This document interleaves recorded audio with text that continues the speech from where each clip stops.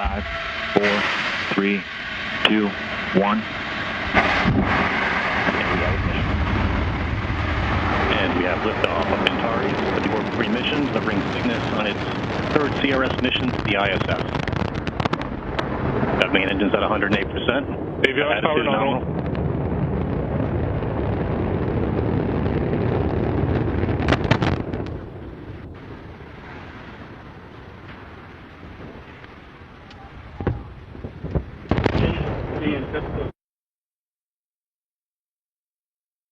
The possibility that trouble may develop with the Atlas or the Redstone during the countdown or during the takeoff is looked squarely in the eye by the astronauts and the engineers behind Project Mercury.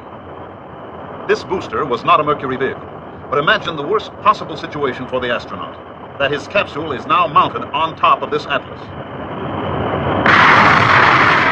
The escape rocket takes the capsule away from the booster.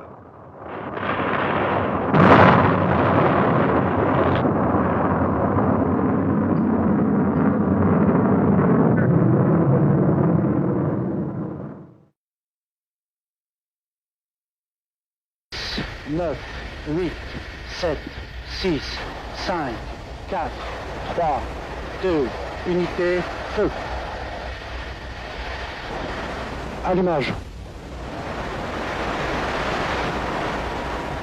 Décollage.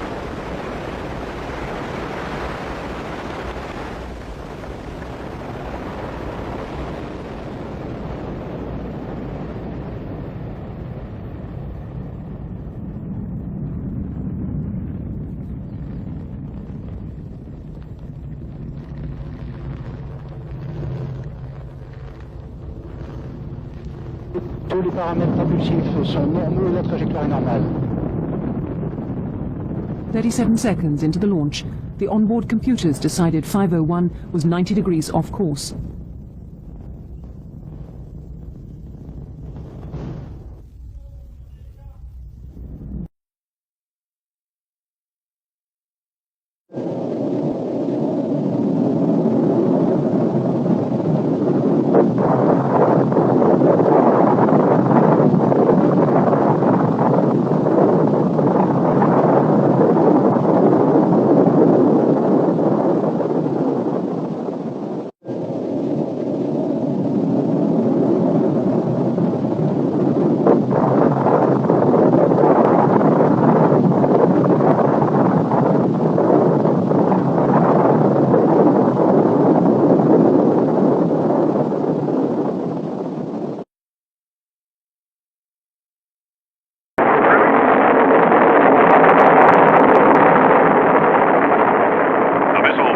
Successfully, and the flight proceeded according to plan for some distance. During this time, the missile was stable in pitch, yaw, and roll.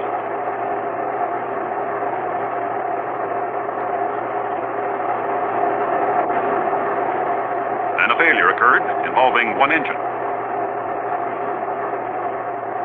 And shortly thereafter, another engine also lost power. It was therefore necessary for the range safety officer to destroy the missile by remote control.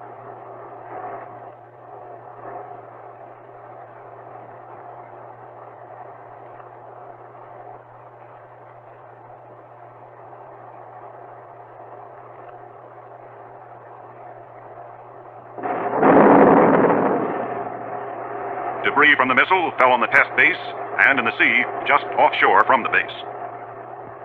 Nearly all critical components were recovered. These parts and data radioed to the ground during flight were studied to isolate the exact cause of the trouble.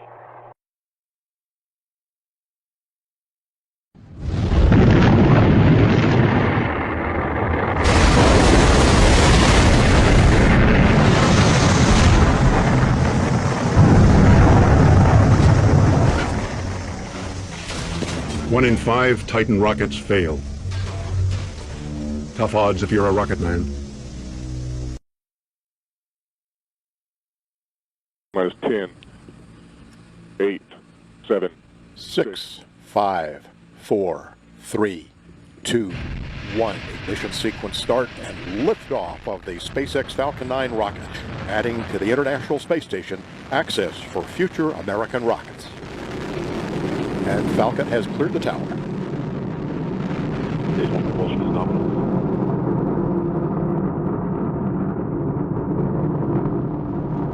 Programming downrange. Stage 1 propellant utilization is active.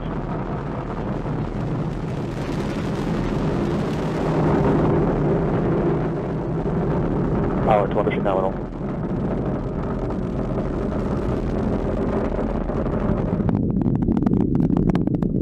Power and telemetry remain nominal.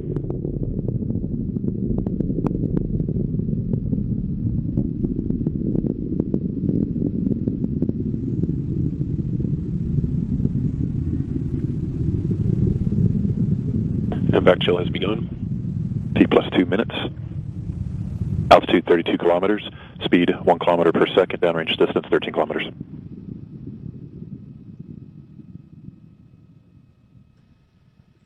Data coming back shows vehicle on course, on track.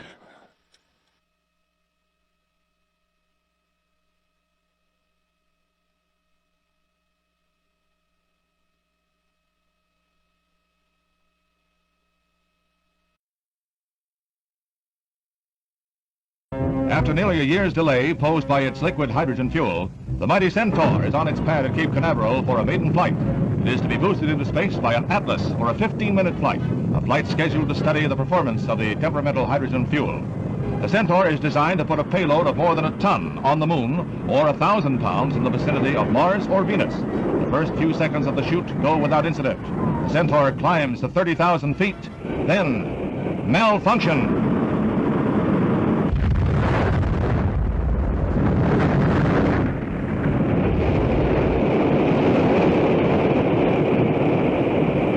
The immediate cause of the explosion is not known, but if it happened in the Atlas booster, it means a probable delay for the next U.S. orbital flight by astronaut Malcolm Carpenter.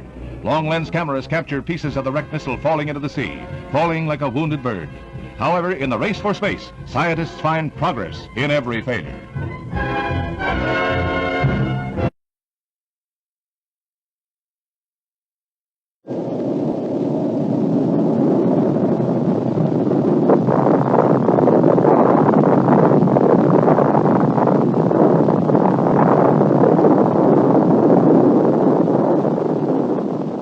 This is not a common occurrence. In this case, there were no human casualties. The catastrophe was not the result of individual carelessness, but it could have been. In a situation with human lives at stake, disaster is a potential, and lives are at stake, even your life, wherever toxic propellants are handled.